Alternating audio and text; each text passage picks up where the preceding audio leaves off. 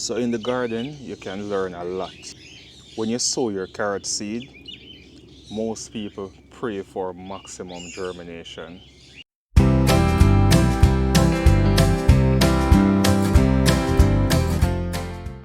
So I'll be taking on the task to transplant a few of these carrot seedlings. It is not recommended for you to transplant your carrot seedling because the taproot on these things are very delicate.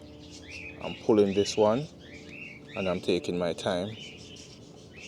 There you go. There is that main root there, that's the tap root. So maybe I should be successful with this one, but I'm going to go ahead and thin them out anyways because I would still have to remove some of these seedlings. So let me try and go for the so-called weaker ones.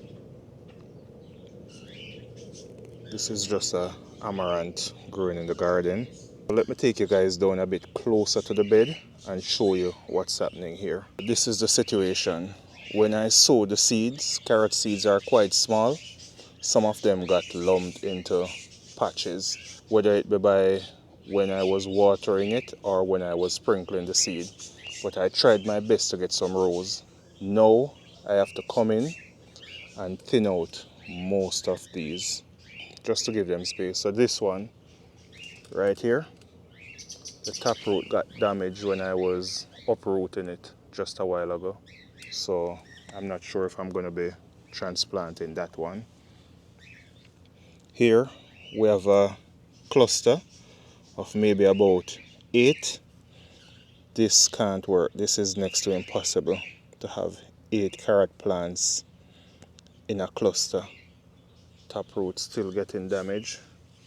So this is a very delicate one if you're going to try this, but I'm going to try to go ahead and replant some of these. Got a long taproot on that one. I'm still not sure about it. And these weaker ones, I'm just going to break them out and throw them away. The days are warming up again. We're supposed to be about in the mid-80s today. This is a bad time to be doing this. I should have done this when we were in the high 70s, low 60s last week, but I didn't have the time. So I'm just going in now and I'm just taking out a few. It won't be perfectly thin, so don't worry if you can't get everything all the way out. But just try to maintain your tap roots. And the tap root, as I said on these, they're very delicate and easily damaged. This is the first time I'm thinning out carrots to replant the seedling. I've thinned out the carrots over the years, but I just give the upper part to the chickens. But this year I think I'm gonna try and see how many can come from this. I can't even say how much because that's not definitive. But let's see how many. I'm gonna have to come in this cluster here and get out a few more. The next thing to make this easier, if the soil is moist, you can pull them a bit easier. So I went ahead and watered this like maybe 20 minutes ago. But these will compete for space underground because these are rooting crops that food underground. So the produce of this plant or the fruit of this plant, it is going to come from under the ground, so it needs space for it to mature and develop properly. That's the only reason carrots and other ground provisions will compete underground. Other than that, they compete up top for sunlight. That's how plants compete.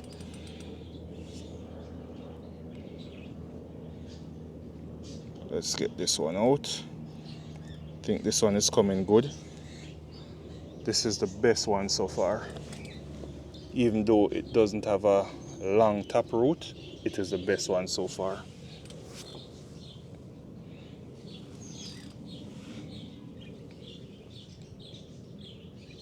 A few more of these. Whoa. So I keep hearing a little snap when I pull them, so I'm just not sure.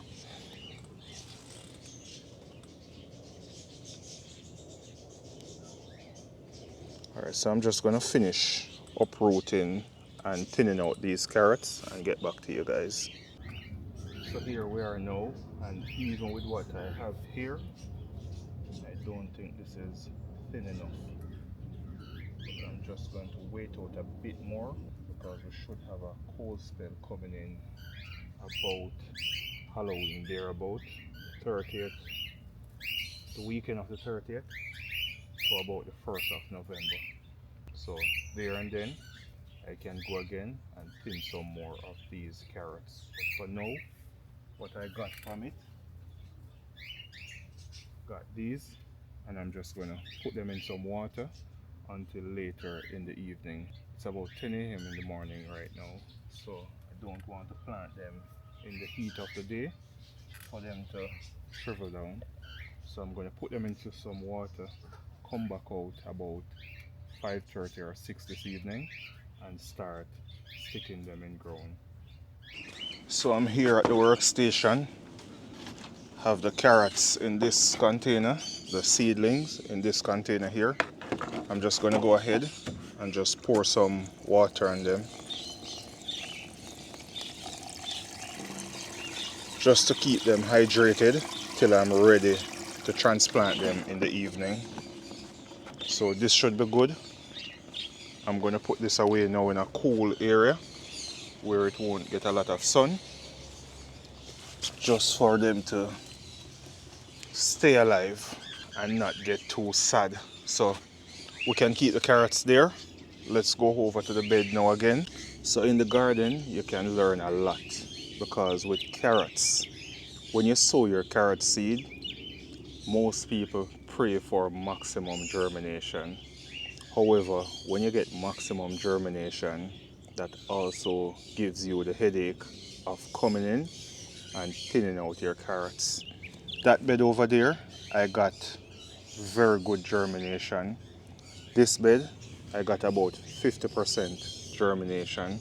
And this bed right here is next to perfect. They're evenly spaced, and all is required from the gardener now is to come in and take out a few, just a few. So this is not going to be as challenging as the bed over there that had almost next to perfect germination. This bed right here, this is the center bed. I was going to go ahead and reseed it, but then looking at it, what I have here, this is quite perfect. This is enough carrots for this bed. If anything, I can go in now into this bed with some green onions, but this is enough carrot for a bed like this. I guess I could say with carrot, less is more, because the less carrot you have in a bed like this, the bigger your carrots are going to be, or the less carrot plants you have in a bed like this, the bigger your carrots are going to be. When they're competing for space on the ground over there, it's going to mess with you're going to have deformed carrots, you're going to have carrots that are not so big, and carrots that are even tangled. I will still have to go over that bed and get some more out. For carrot, the short answer is less is more. So this is the following day, guys. I didn't get to come out and do anything with these carrots yesterday evening. Got consumed by some other things. So this morning I'm going to be putting these in ground. But I'm just going to take you guys a bit closer and just show you what's happening with them. So now look at these. Yesterday morning when I uprooted these, yesterday was a quite warm day. We were about 88, 87 thereabout. So it wouldn't have been the best time for me to put these in ground. Today is a much better day where I think we're going to be in the mid 80s still, but mostly overcast. So I'm going to be putting them in this bed over here, even though it's a bit shaded, but a half shade bed in Florida is equal to a full sun bed most places. So now I'm just going to go ahead and take my finger and just remove some of these straw that we have here. Let me get a glove because there's a lot of rabbit manure in here. So as I was saying, I'm going to just remove some of the straws and get the carrots in just a row. I think I only need a row in this bed over here because I'll be planting other things in this bed also. So now I'm just going to get a seedling and I'm just going to poke a hole, maybe about 2 inches deep or even less, because they will grow down, they will go down into the ground. These are root crops, so they will find their way down into the ground. And I'm going to space them about 2 inches apart. I could have gone 1.5 inches because that is good enough for carrots.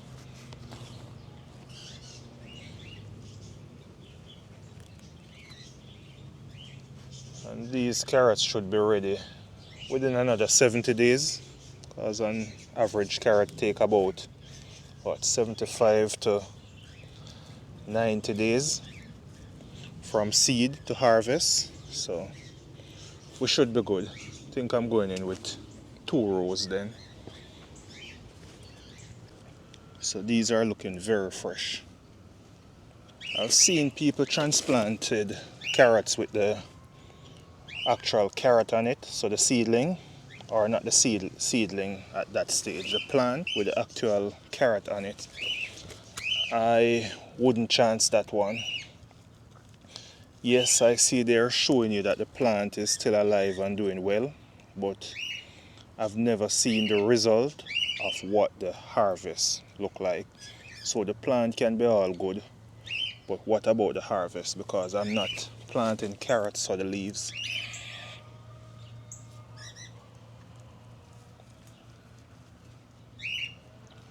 So I'm just gonna get a row in this bed here, and I'm just gonna disperse them all over the garden where I have deeper beds for them to grow in. So that's just a quick one on thinning out these carrots. Nothing much to it. I may go over it one more time just to give them more space, and whilst doing that I'll just stock those seedlings somewhere in the garden here or there instead of throwing them away. I think it's just a good idea to take a chance on them and see how they come.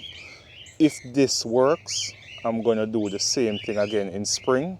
If not, I'll let you guys know. But I'm just gonna take you guys now and show you the spots where I transplanted these seedlings. So for these beds here, these are mostly the in-ground lower beds. I could have put carrots in them, however, I want to put carrots in my deeper beds. So in this bed over here, this is the bed that has a bit of shade. As you can see, I went in with just some carrots in the middle. Around it will be brassicas. I have a cabbage here. They're coming slow, but I'm leaving them. I also have a bell pepper right here. This is doing well in the shade, so kudos to that. And I'll be planting out this bed as the fall goes by. Over in this bed, I just did a row, so just one single row of carrot down the middle, and beside it I did a patch. So I didn't row these, I just put these in this little patch right here. That's going to be it from CountryMarro. God bless you all. Continue to garden. See you in the next one. Cheers.